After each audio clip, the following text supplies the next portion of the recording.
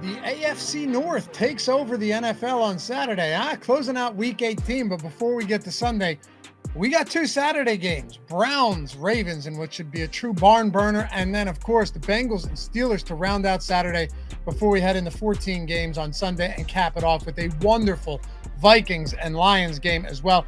And remember, I got this Saturday show, but every single Wednesday, and it's already out, picks for every single game. If you haven't watched it yet, it's right here on the Odd Shopper channel. Check it out. Hit me with a comment. Let me know where you're going. We got some really fun games to close out the week. But like I said, first, it is Saturday, so sit down, buckle up. We got sides and props for this one, and maybe even a ladder play up to 100 yards receiving in the second game. I don't know. Stick around to find out. Let's go. Hey, Dave Loughy here on Twitter at Loughy_D. Hit your boy up if you haven't done so yet. And of course, help me feed the algorithm. Guys, if in any way you've enjoyed watching these throughout the season, first off, appreciate you. A lot of other places you could go. Thank you for coming here. Even if you're a snake and you're watching some other ones too, that's okay. I don't need to know about it. But hit that thumbs up, subscribe to the channel. It's free to do so. And let me know where you guys are going with these games down in the comments. I assume I have a controversial one for the second one. Let's see what we end up on. First off, though, Browns at the Ravens, 20-point spread. Ravens just massive favorites here, 41-point total. This is one of those games where, first off, if you watch the Wednesday video, you got in at a better number. That's what we do, right? We do that early. So always, even if you're going into next year, remember, watch that one, not just the primetime games. I got you. But I wouldn't be surprised we see some good live betting opportunities on this game. Of course, we need things to go as planned, but seeing how the Ravens are 20-point favorites in this one, I mean, 20-point, they were 17.5-point favorites when I did this video in the picks for every game on Wednesday. We may see some paths to some unders in-game, live betting these unders in the second half. The Ravens need a win here to sew up the AFC North. It isn't to say they can't still win it, but a win, I mean, you got to take care of business against the Browns, right? And the Browns are starting Bailey Zappi, according to Kevin Stefanski. Not only that, though, DTR might play as well. These guys are no good. I also mentioned on Wednesday that the first half Ravens spread at minus 10.5 was going to be my play for this one. I did bet it earlier in the week. It's at 12.5 now. I'll be honest. I don't think that's actually crazy. Like, it didn't move through 13. 10.5, 12.5. Sure, there's a difference there. There's a couple ways you could get burned. Like, would a 13-0 or even a 20-7 first half shock you? I don't think so. So obviously you want the 10.5, but I don't think this is crazy. What I really think we end up doing here is watch this game like a hawk and find some in-game spots. Now, look, I'm not saying these sports books don't know what they're doing. Obviously they do. However, you have these constantly updating algorithmic live odds, right? And they're absolutely liable to miss things when you get into these weird week 18 spots. Like, shit, imagine if you had live player props on FanDuel or DraftKings or Bet365 or Caesars during the preseason, right? Maybe the books pump the brakes a little bit this week because there's some preseason style games happening, particularly in the second half, I think, of this one, if Baltimore's up by a ton going into halftime. But there's going to be spots that we can hit. Like, just throwing it out there. I'm not, because we don't know yet, but like potentially a Keaton Mitchell over on rushing yards, certain things like that, under on some of these main starters. I'll be posting these in Discord all throughout this game for sure. As always, 50% off your first week or month. NFL24 is the promo code if you want to jump in. Or download the Odd Shopper app. I'll throw some up for free as well. Just go to Tails in the Odd Shopper app, expert picks, not just mine, but all the other free picks from our experts. I think this week, in particular, week 18, is going to be a spot where we got to be very, very careful what we're betting before the game, pick our spots, and then also find some great stuff in game. The Houston spot might be one of those. If DeMeco Ryans plays his starters early on and then rest them in the second half, you could see Baltimore doing that, some other games as well. So download the Odd Shopper app. It's free to do so. Come check us out. And if you want to join me, like I said, NFL24, it's less than $5 for your first week. So lean Ravens minus 12.5 in the first half, but the better number was earlier in the week. I'd still rather bet that, though, than the actual game line of 20 for obvious reasons. Let's go with a prop here as well. There are not many props out. Basically nothing for rushing outside of Lamar Jackson and Derrick Henry. Only a spattering of props elsewhere. I don't hate Jerry Jeudy as a half unit play here. Over 53.5 receiving yards, though. Minus 110 on Bet365. Best odds there for sure in this one. Now, there's nothing I like about the Browns this week outside of the fact that Jerry Jeudy's almost certainly going to have to be the focal point of this offense. Whether it's Bailey Zappi or DTR, who targeted Jeudy 18 times last week, where else are they going to throw the football? David Njoku's on the IR. Cedric Tillman's on the IR. Nick Chubb, Jerome Ford, even Pierre Strong, who could be used as a pass catcher out of the backfield on the IR. They got what, Dante Foreman and Elijah Moore? Okay, great. It's just a straight volume play for Jeudy. He's going to play 90+% of snaps every week. He's running routes on nearly 100% of dropbacks. And Cleveland's almost certainly going to be in come from behind mode early and often. Again, though, wouldn't surprise me if Baltimore gets some rest for some key players in the second half, which would only benefit Jerry Jeudy more. So half unit play, Jerry Jeudy over 53.5 receiving yards, minus 110 on Bet365. Let's talk Bengals and Steelers. Fun game here. So the Bengals are 2.5-point road favorites in Pittsburgh, 47.5-point total. The Steelers almost certainly aren't winning their division. The only way that happens is if they win and the Ravens lose. But that doesn't mean this game isn't important to them, and here's why. They'll already know if the Ravens won by the time this game kicks off.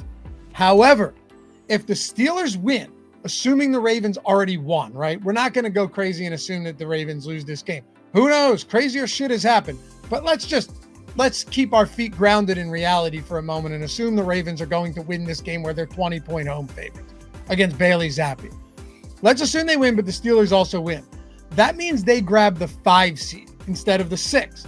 Now you may go, do teams really care? Sean McVay doesn't care about seeding. I get it.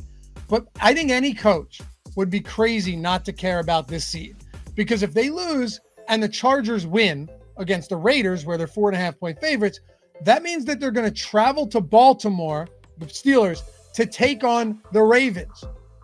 Again, maybe Tomlin doesn't care, but who in their right mind would rather face the Ravens in Baltimore over a lifeless Texans team and a quarterback in CJ Stroud, who clearly has regressed coming off of a great rookie year, and no Tank Dell either.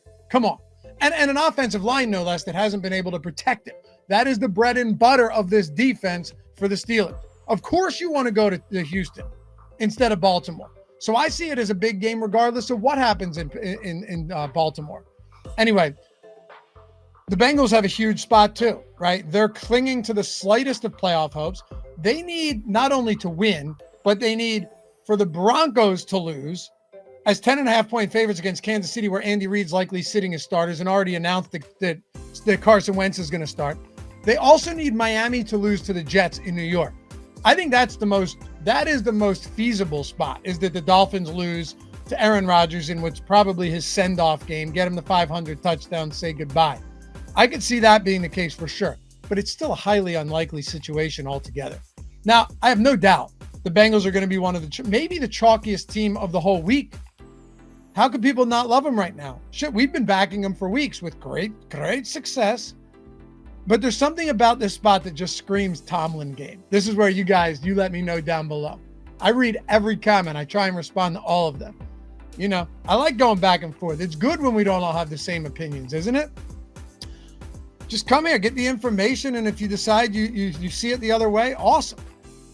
But it screams Tomlin game. Like, the Steelers have been falling apart lately, so the public sentiment on them couldn't be lower. But if you actually zoom out and look at this, they faced Philly, they faced Baltimore, and they faced Kansas City in 3 consecutive weeks. Just brutal spots, particularly against those stalwart defenses. Mike Tomlin, too, despite recent results, is still one of the most winningest coaches all time against the spread as an underdog in the history of the game. Most winningest, actually, over the last 23 years, I think. They've had extended rest, not playing since Christmas. I'm going to get a little weird here. Why not? This is what makes betting fun. I'm leaning Steelers plus 2.5. Yep. Let me know. You guys on the Bengals? I bet you are. Bengals minus 2.5. Wouldn't blame you. I wonder what happens if Baltimore wins this game. Do the Steelers move to 3? I don't think that'll be the case, though, because I can't be the only one realizing how much better a matchup it will be against Houston, right? I don't know. Anyway, let me know. Steelers plus 2.5. Another half unit play. No spots I truly love. Now, I like this next spot. We're talking a prop to close out the video and close out Saturday's 2-game slate. George Pickens over 66.5 receiving yards, minus 110 on Bet365. Again, every other book is juicing this heavy, and some have it at 67.5 with juice to the over. Bet365 has it at minus 110 with the lowest number you're going to get. If you're not on Bet365 yet, as always, you see it on the screen. If you're in any of those states, the link is in the description. It always is. It's in the pinned comment. Click that. Take a minute to instantly verify yourself. Deposit 10 and only bet 5 of that.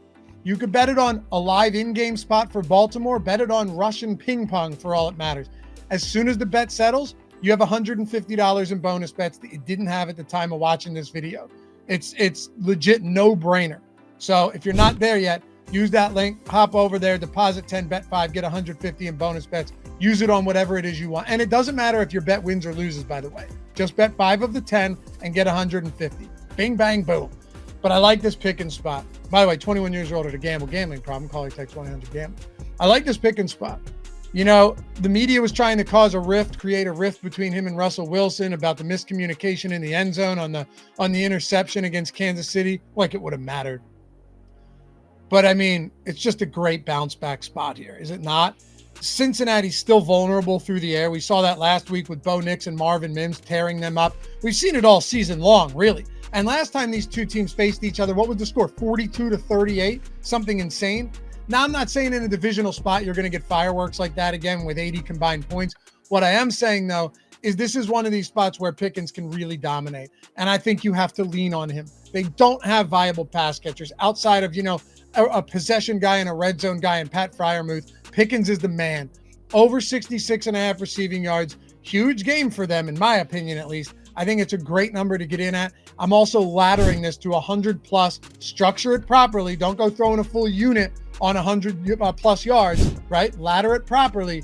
100 plus yards. Best odds are plus 330 on DraftKings right now. That's a spot that I want to sprinkle on as well in a big game to close out this Saturday slate. Anyway, appreciate you guys watching. As always, hit the thumbs up, subscribe before you go, and I'll see you back here, for playoffs. Go check out picks for every game. That's here on the channel from Wednesday. That'll help you a long way in getting ready for those Sunday games. Until then, we'll see you back here for Wild Card Week. Peace.